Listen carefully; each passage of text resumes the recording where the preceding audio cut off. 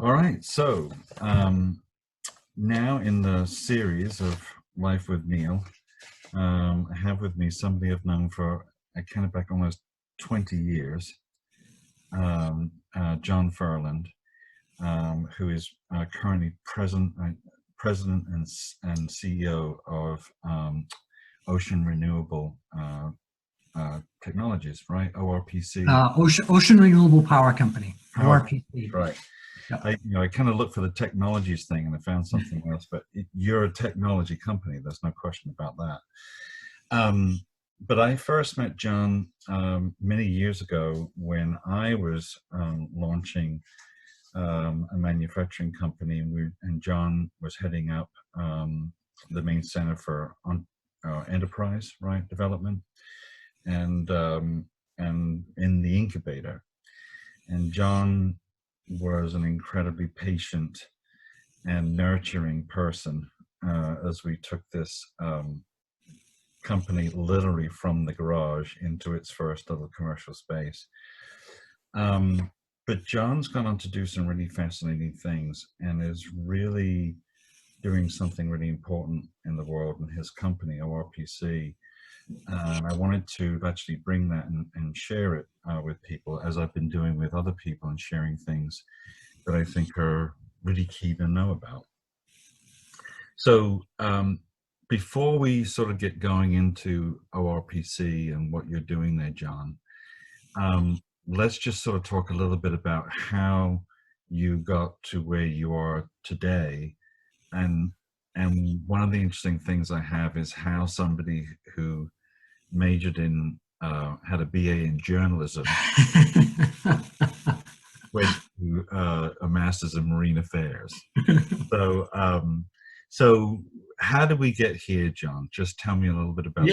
Yeah, and anybody watching or listening will probably need to be reminded that journalism was actually an industry once upon a time, and there were a lot of jobs in journalism. So when I entered journalism, when I had my first job, and the reason why I majored in journalism was I was an influx nationally of a post-Watergate era growth in journalism and communications. And I graduated from the University of Maine. I wanted to stay in New England. I focused on community journalism, so I had some small town jobs, and eventually I worked at the Press Herald. And I also worked at the Concord Monitor in New Hampshire, which was a fabulous. So that was the Portland Press Herald in Maine. That's right, Portland Press Herald in Maine.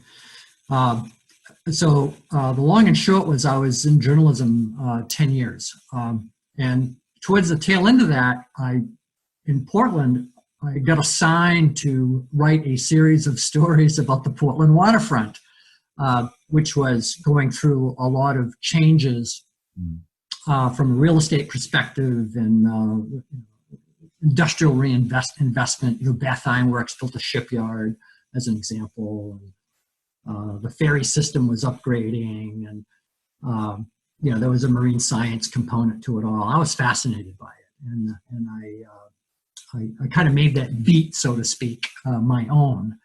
And over time, I felt that, gee, I have received kind of a school of hard knocks background in all of this. I'd really like to be more of an expert. And that's when I left journalism and I went and got this graduate degree in marine affairs, which is a public policy degree about use of the ocean and coastline. And I did that at the University of Rhode Island. And upon graduation, or at the end of that program, I changed careers totally. I did consulting for a number of years, got involved in coastal planning efforts, and from there ended up becoming the startup general manager of an oil spill response company funded by the oil industry in Portland Harbor. And that was in the early 1990s. And Portland historically has been a large regional oil port. And the driver at that time was Portland Pipeline, where crude oil tankers came in, and by pipeline, the crude oil was sent to Montreal, Canada. I ended up helping to create that organization, and held that job for 10 years, and through that got my what I call school of my marine chops, if you will. I got my heavy marine experience, but I was looking for something different, and that's how I ended up getting hired to run the incubator and working with startup companies. And over time, over 7 years of running MCED, which is now called the Maine Center for Entrepreneurs, and it still exists, I worked with 50, 60, 70 companies, maybe, at various stages of their growth, met a lot of entrepreneurs like yourself, and met Chris Sauer, the co-founder and chief executive officer of Ocean Renewable Power Company, who had brought his company to Maine, used the incubator as a way of establishing the company in Maine. I provided some assistance regarding some startup funding, grant opportunities. He and I struck up a relationship and decided to work together. And so what when I got involved with ORPC, which is in the business of, it's new technology, it's developing underwater power systems that generate electricity from the moving current in the water in tidal applications and in river applications. So this is a way of generating electricity with turbines without dams or impoundments. These are turbines in the water column connected to either the ocean floor or the river bottom through specific techniques. And what the connection with that company is I had a lot of ocean experience through the oil spill response experience. I knew heavy equipment and worked with contractors, knew marine safety, knew my way around the state of Maine. And then I had this startup experience with the incubator, where I worked with people, looking for that, that first level of seed financing, or the first private investment, or their first competitive public sector grant award, or whatever the case might be. And so I knew how that system worked as well. And when I joined ORPC, I became one of the first 3 employees, and we now have about 30 globally. We're headquartered in Portland, Maine, and we've got offices in Montreal and in Dublin and in Alaska, and we're now doing serious business development in Chile as well. So, what was Chris's, kind of, what was the inception here, and kind of was the problem or the innovation he was working on at the beginning the problem you're solving today? Has it changed through time, or is the core belief and technology, and what is that of ORPC that drives everything that you're doing? Yeah, so I'll tell you how the company started, and I'll connect that to what we're doing now, because we have this just tremendous market opportunity globally. So Chris was a lifelong professional in the independent energy business, and throughout his career, did a number of things. Some of it in a large corporate setting, some of it as an entrepreneur. And he was sort of in between, companies that he built and different professional opportunity, and he basically was recruited by a friend and another person to investigate, is there a possibility around generating electricity from moving water, from ocean current? Something like 75% of the world's population, lives within 150 miles of, the coastline, Hmm. or moving water otherwise. Can this be done? Can you bring energy to shore from an ocean environment and have a clean, renewable, affordable energy source that's underwater, doesn't have viewshed issues, fits in environmentally? So they looked around. They knew how to develop projects, so they went looking for companies and technologies to adapt. And at that time, which was the early 2000s, they were very enthused about what the market opportunity might be, but they couldn't find the right company, the right technology, and that's what set in motion their initial efforts to actually create technology, to obtain the intellectual property, to partner with research institutions, one of which was the U.S. Navy back then. Mm-hmm. And around, after 2 or 3 years of walking through that process, there was a study published by the Electric Power Research Institute, acronym is EPRI, which is kind of a think tank for the national utility industry. And they had gone out and assessed different areas of North America for their tidal energy potential. And one of the areas that was identified positively was the far northeastern coastline of the state of Maine, past McCordy Bay, up off Eastport and Lubec on the Canadian border. Mm. Chris had property in Maine for a number of years and was increasingly spending more time in Maine, and decided to bring the company to Maine and leverage that information around how prominent this site was to turn that into a development opportunity. He's a master project developer in terms of generating local relationships and getting citizen support and making the community part of the project, and that's what happened up in Eastport. And it was in 2008 that I joined the company and kind of in the middle of this, and I picked up the local relationships responsibility, the local project development opportunity from him, as he was now in a phase where he needed to raise more money for the company to keep it going. We were coming out of a prototype phase into looking at pilot projects and trying to figure out how to connect to the grid and work with state agencies and all of that. So today what has happened is, over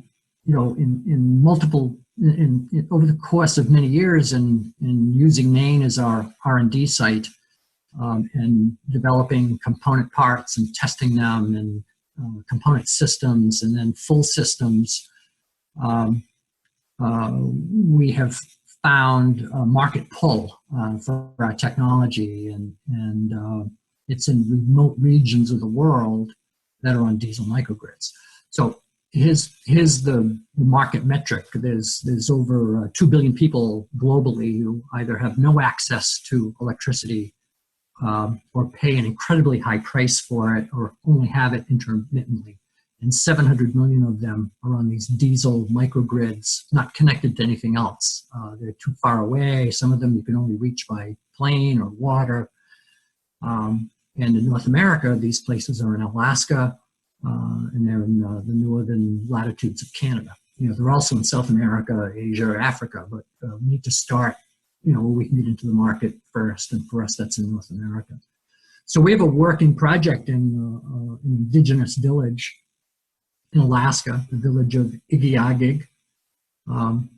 That village sits on the Kwijak River. The Kwijak River is the largest sockeye salmon river in the United States. So it's well studied, well monitored from a aquatic life perspective.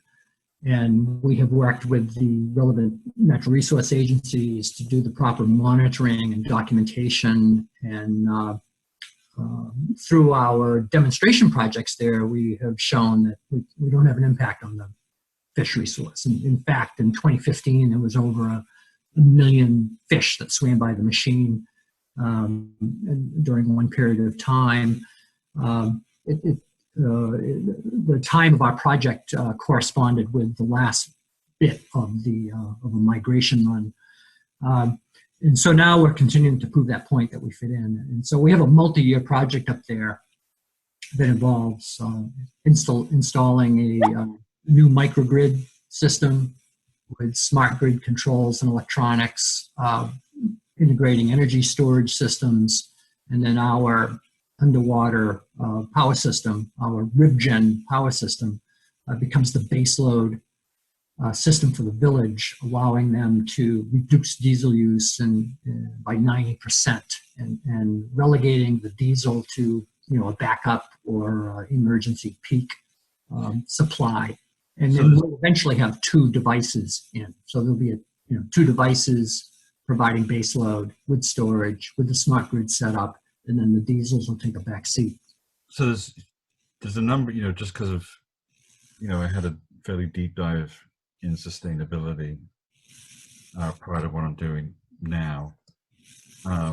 There's so many really fascinating things about that for me, and we're going to sort of take a peek at this RiverGen systems. One is, this is actually, you found a niche, which is really interesting, but it's a really important niche, right? Because when you go to remote places where there are a lot of people, right, having a thriving, sustainable life, right, gets very complicated when it comes to energy, right? And then there are really unfortunate consequences in not just in the use of that, cost of the use of that energy, in terms of how to get it there, the potential of what happens in those habitats. If we think back to the Exxon Valdez, way back, think about all these sort of unfortunate transportation of sort of hazardous things into really important environments. And then just not the least of which is how people can thrive in a world that really critically depends on energy. And then you take the other element, if we kind of look at things like the wind projects, et cetera, in Maine, and they come along with a lot of different community issues, right? And so let's sort of take a peek at this, because the beauty of it is it's kind of, an unseen great benefit. So let me just bring this up. So I'm just going to expand that. So this is the RiverGen, right? This is the RibGen power system. It's sitting on its mooring, waiting to be deployed underwater. And so basically what's happening there, right, is it's sort of like a fixed submarine, right, in a way. Like, I call it a party boat with the deck removed. and then we put turbines across the pontoons. All right. So so the neat thing about that, right, is you can be in a tidal situation, right, or you can be in a river flow situation, right? Yeah, the core technology, which we call the turbine generator unit, or TGU, is the shaft, the turbines, and the generator. Right. And that's the common technology. So you can scale it up, you can scale it down. So a tidal application of this would look much larger. Mm-hmm. There might be multiple shafts stacked on top of each other, and there wouldn't be a pontoon system. There would be a tensioned mooring and anchor system, mm-hmm. Essentially floatingness in the water column. There would be a buoyancy frame around it. So there's, depending on the application, it becomes a different, container in which the TGU is held, and then a different way of connecting to either the river floor or the ocean floor. So is this sort of is it, nothing is zero environmental impact, I would say, but you've done, particularly like in the river and the salmon runs, etc., and there was no impact on, loss of salmon life, etc. Is it basically this is extremely low to zero impact? Yeah. So let's use the fish example. I mean, a lot of people say, well, how's that possible? I mean, your turbines are turning, and why aren't fish getting caught, or why aren't they being struck? Those types of things. And the reason why is the turbines have a relatively low RPM. It's 40 to 60 revolutions per minute, and there's substantial spacing between the foils and the shaft. What we have on video is you have fish either understanding that there's something in the water, so they go above it, below it, or around it, or they're so small they go through it and they never knew anything was there. They just kept on going. So we have multiple cameras on the device.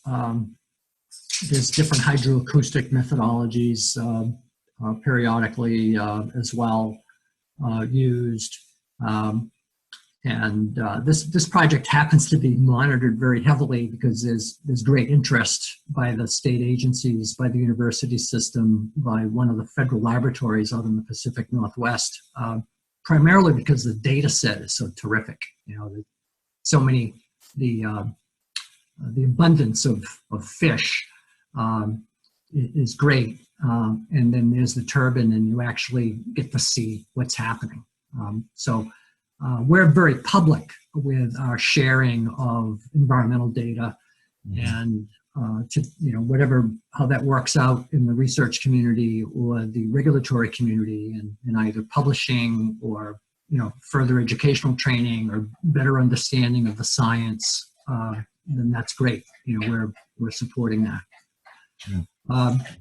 A key feature of that device, and it's the same in the tidal application, but the tidal application is a little bit more technically difficult, and we're not quite, we're sort of 2 years behind what we want to do in the tidal environment compared to what we are able to do in the river environment. But we design so that it's assembled in modular fashion so that you only need locally available equipment and vessels, because you're in the middle of nowhere. And if there's a handful of fishing boats, or there's one little commercial boat, or there's a modified push boat, or whatever the case might be, that's what you have. And you can't bring in a specialty crane, right, to be on site. You got to use however they lift, or maybe they don't lift, however they move. A lot of times they lift using road construction equipment. It's lifted with a front end loader. Two front end loaders working in tandem,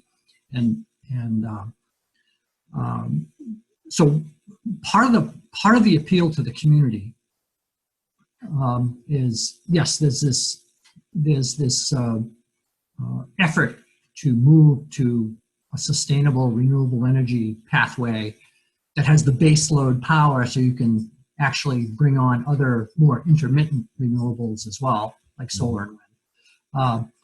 But also there's a local employment opportunity, and it's a local business service extension opportunity for those little local companies that are already working on the river or at the ocean's edge. And these are people that know the water, so you're heavily dependent on them for their knowledge about what they do. The relative ease of installation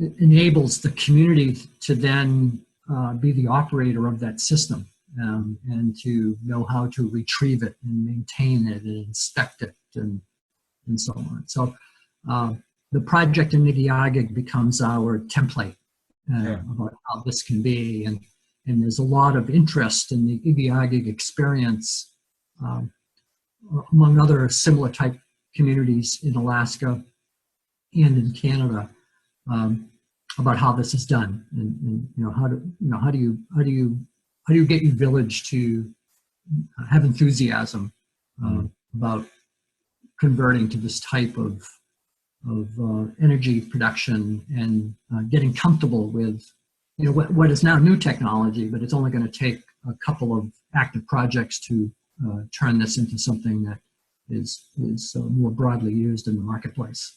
Well, yeah, very commercialized.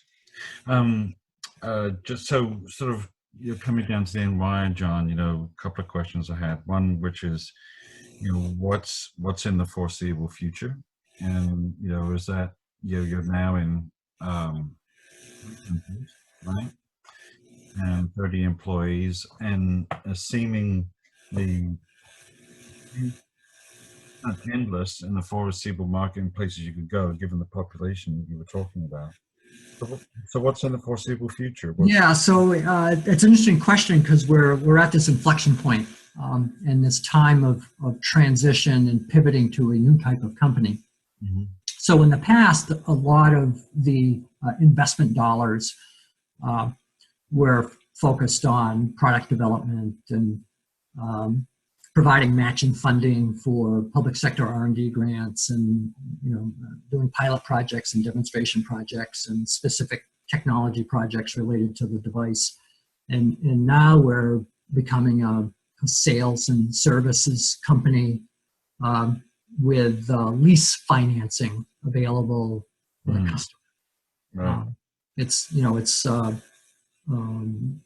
still a capital cost item that, particularly in these remote villages, they're not sitting on a lot of money. It's it's just not what's going on. But the community or an entity that they work with could be a larger local utility. It might be a state agency. There's often a subsidy given to a local community to pay for the energy costs, but there's still this cost of energy that either one entity pays, a customer base, or it's a customer base with an agency or a utility eating the cost. So there's hundreds of thousands of dollars spent annually, purchasing diesel. Right. And some communities have to upfront this, even if they're subsidized. So, they're spending, say, $250,000 a year on diesel fuel, and they might get a percentage of that reimbursed like 2 years later. Right. But they're still going to come up with the money, and that's part of their community's budget. So what we're looking to do is finance this, so it's not any worse than what the funding formula is for them now, and it sets them on a pathway of reduction over time, and gets them a sustainable system that they want, that opens up other opportunities, for the village economically, and work out that lease price with them. So it's no different than how people, finance cars or airplanes or ships or, even office equipment for that matter. So if people are, interested in working with you and connecting with you, I'll certainly put, the links and stuff at the end of the video, but what are you looking for, and who's a great match for you in terms of this? I mean, I know generically, but how do we connect those dots? That's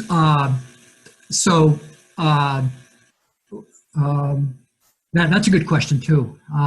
We're sort of at the point in the market of where, and I'm going to use solar as an example. Say solar, I'm going to say 15 years ago, although it might have been as short as 10 years ago. Mm-hmm. And let's say solar in New England. Company, they were installers, but there were still a lot of questions in the market. Does it work? How long does it last? What's the price? Who maintains it? All of that. There just wasn't a lot of experience with it. In the solar industry, and advocates of solar really did a great job of what I call demystifying solar. Like, this is, you can do this now. You know, there's a market. You know, you're not putting yourself at risk by putting solar panels on the roof. So we are in that similar situation where the marketplace doesn't really fully understand, you know, marine renewable energy. You know, Right. what's that? They might have read about it, or isn't that experimental? And we need to work with our supply chain partners and our partners who we're working with, who are part of the smart grid side of things, or the storage side of things, who are already working in these remote areas, and to use them as a sales channel, and to have them be kind of the educators and the advocates for our types of systems, because they tend to be the ones that engage with a potential customer first. We're making that transition on sales strategy to be where the customer is. You move from trade shows where, you know, you used to go to conferences and everybody in the room was like you know, and you make the transition to a trade show and conference where the attendees are actually customers. There's somebody who's going to buy your system. They're community leadership or utility executives or engineering firms that are already servicing the electrical industry in rural areas. You know, finance agencies. We need to get out in front of them and say, this is real. Get this project in Alaska. You're welcome to come see it. And what you're going to see there is the template for what's possible throughout North America and in other places. You know, interestingly, the market that we're looking at in South America, starting in Chile, it's the same, you know, off-grid fossil fuel generator type market, except it's not indigenous communities. It's eco lodges that attract clientele from all over the world to come to Patagonia and do whitewater kayaking and hike glaciers and take pictures of wildlife they've never seen before, and, you know, have a pristine environmental experience in a tremendously beautiful section of the world, and have a sustainable, you know, ecotourism experience. And for these lodges, they have the same, you know, high price of diesel or high price of another fossil fuel, much like the indigenous communities do. But they also have a branding problem. You know, they're competing globally for clientele, and they need a renewable way of running their facility. So that's where we come in. But it's the same solution. It's an upgraded microgrid with storage, and the water version being baseload power. Well, that's fabulous, John. I just think it's a really, you know, the time is upon us, where I think most people around the planet understand we need to do some big changes. And I just feel like this is a really cool piece of technology. And, you know, ones that, so, you know, listening to you, you're obviously still in that early adopter educational cell. Yeah. Right. And it takes a village to bring it together. But I just love how many, you know, check marks this sort of hits, given once you kind of get people into the solution. Yeah. Well, the greatest advocate for what we're doing is the chair of the village council in Igiagig. There's an amazing woman named Alexandra Salmon. And she's a wonderful public speaker, and she's someone who motivates people into action. She's very inspirational, and she makes the point that, you know, her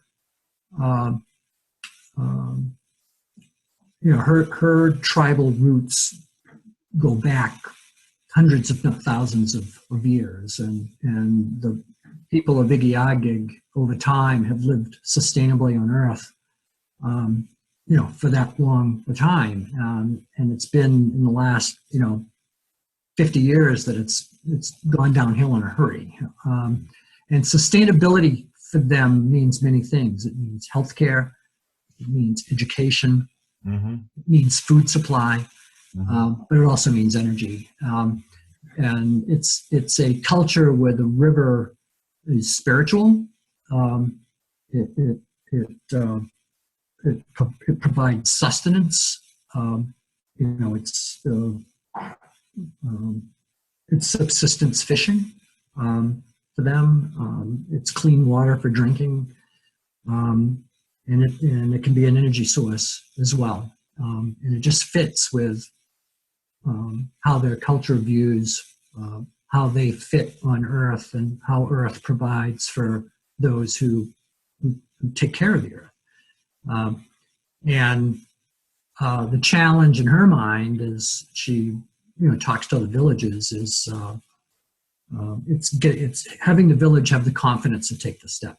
It's a leadership challenge. It's not a technology challenge or a decision around whether you like this piece of equipment or not, or are afraid of this piece of equipment or not. It's one of leadership, in that you can find a way to make this work. You can find a way to have it fit in economically with your local economy.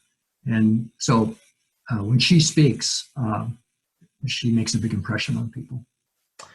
Wow, that's a great story to end on. And so, John, I really, really appreciate you taking the time and sharing that with us. And I'll kind of put contact info as as sort of like in the end cap of this. But thank you very, very much. Well, thank you, Neil. It was a nice opportunity, and I really enjoyed talking with you. Thank you. All right, you bet.